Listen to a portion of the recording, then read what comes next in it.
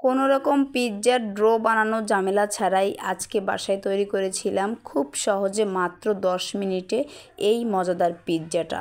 আসসালামু আলাইকুম, welcome to Maryam mini kitchen. আমি আজ আপনাদেরকে দেখাবো মাত্র ডিম, দুধ আর 4টা পাউরুটি দিয়ে আমি কিভাবে খুব সহজে সব মিলিয়ে 10 মিনিট সময় নিয়ে আমার বাসায় আমি এই পিৎজাটা তৈরি করেছিলাম। মাত্র 10 মিনিটেই খুব সহজে এই পিৎজার রেসিপিটা আপনারা তৈরি করে নিতে পারবেন। আশা করি আজকে আমার এই ইনস্ট্যান্ট পিৎজার রেসিপিটা আপনাদের কাছে ভালো লাগবে। কথা না বাড়িয়ে চলে যাচ্ছি মূল ভিডিওতে। প্রথমে নিয়ে নিচ্ছি 4 পিস পাউরুটি।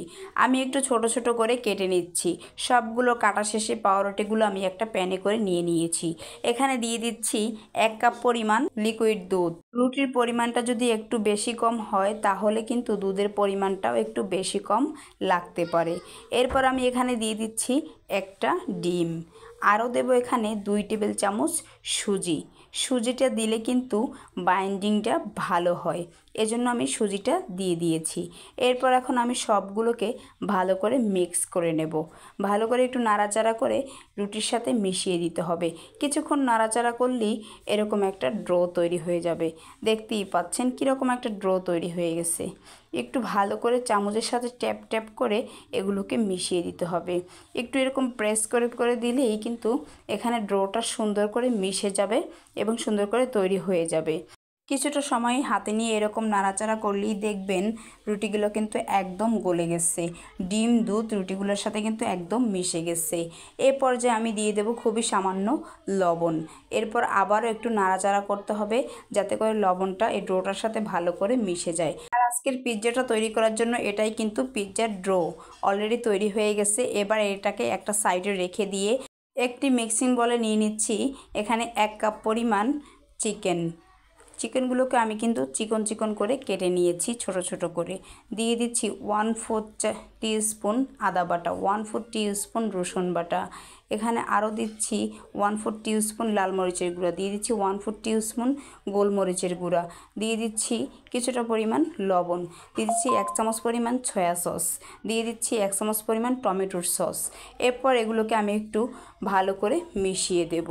ভালো করে মেশাতে হবে যাতে করে মশলাগুলো মাংসের সাথে ভালো করে সেট হয়। এরপরে কিন্তু আমি এটাকে রেস্টে আর রাখবো না, যেহেতু আমি চিকন করে কেটে নিয়েছি সরাসরি রান্নায় চলে যাব। একটা প্যানে 2 টেবিল চামচ তেল নিয়ে নিয়েছি। তেলটা যখন গরম হয়ে আসছে সে পর্যায়ে মশলাগুলো মেখে রাখা মাংসটাকে আমি দিয়ে দিচ্ছি। চুলোর আঁচটাকে মিডিয়াম করে দিয়ে এই মাংসগুলোকে ভাজতে হবে। একদম লো করে দেওয়া যাবে না, তাহলে কিন্তু মাংস থেকে অনেকটা পরিমাণ পানি বের হয়ে যাবে, মাংসের ভিতর জুসি ভাবটা কিন্তু আর থাকবে না। তাই আমি মাংসটাকে খুব বেশিক্ষণ ভাজবো না, 5 থেকে 6 মিনিট ভেজে মাংসগুলোকে আমি তুলে নিয়েছি। এই তেলের ভিতরে দিয়ে দিচ্ছি আগে থেকে যে রুটি দিয়ে যে ডোটা আমি তৈরি করে রেখেছিলাম, সেই ডোটা আমি এই তেলের ভিতরে দিয়ে দিচ্ছি।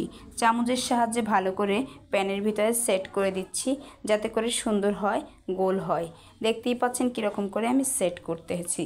এরপর আমি একটা ঢাকনা দিয়ে ঢেকে দেবো 5 থেকে 6 মিনিটের জন্য। যখন একটা পাশ হয়ে যাবে তখন আমি এখানে ডোটাকে আমি উল্টে দেব। দেখতেই পাচ্ছেন আমি উল্টে দিচ্ছি, ওই পাশটা কিন্তু একদম হয়ে গেছে। এখন আমি এখানে দিয়ে দেবো 1 চামচ পরিমাণ টমেটোর সস। আপনাদের হাতের কাছে যদি পিৎজার সসটা থাকে তাহলে পিৎজার সসটাই দিবেন। আমার হাতের কাছে ছিল না তাই আর দিলাম না। এরপরে টমেটোর সসটাকে আমি চারপাশে ভালো করে ছড়িয়ে দিচ্ছি। এরপর দিচ্ছি মোজারেলার চিপস। মোজারেলার চিপসটা আপনারা কম বেশি আপনাদের পছন্দ অনুযায়ী দিয়ে নেবেন। আমি আমার পছন্দ অনুযায়ী দিয়ে দিয়েছি। এরপরে দিচ্ছি আগে থেকে যে আমি চিকেনটা তৈরি করে রেখেছিলাম সেই চিকেনটা দিয়ে দিয়েছি। আরও দিচ্ছি পিৎজার টপিং হিসেবে কিছু পেঁয়াজ, যা আমি ছোট ছোট করে কিউব করে কেটে রেখেছিলাম। দিচ্ছি কিছু ছোট ছোট কিউব করে কাটা টমেটো, আরও দিচ্ছি ক্যাপসিকাম। সবগুলোই কিন্তু আপনারা পছন্দ অনুযায়ী কম বেশি বাড়িয়ে কমিয়ে নিতে পারেন। তারপরে আবারও উপর থেকে দিয়ে দিচ্ছি মোজারেলার চিপস। এটাও কিন্তু আপনারা কম বেশি করে দিয়ে নিতে পারেন। তারপর ঢেকে দিচ্ছি এখানে 5 মিনিটের জন্য। চুলোর আঁচটাকে মিডিয়াম টু লোতে করে রেখে অপেক্ষা করব চিপসগুলো মেল্ট হওয়ার জন্য। চিপসগুলো মেল্ট হতে যতটা সময় প্রয়োজন ঠিক ততটা সময়ের ভিতরেই কিন্তু পিৎজাটাও তৈরি হয়ে যাবে। ফাইনালি কিন্তু দেখতেই পাচ্ছেন এখানে চিপসগুলো একদম মেল্ট হয়ে গেছে, মানে পিৎজাটা কিন্তু তৈরি হয়ে গেছে।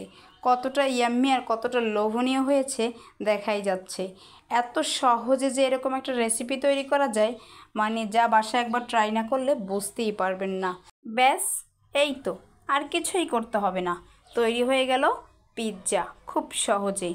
এখন শুধু গরম গরম পরিবেশনের পালা।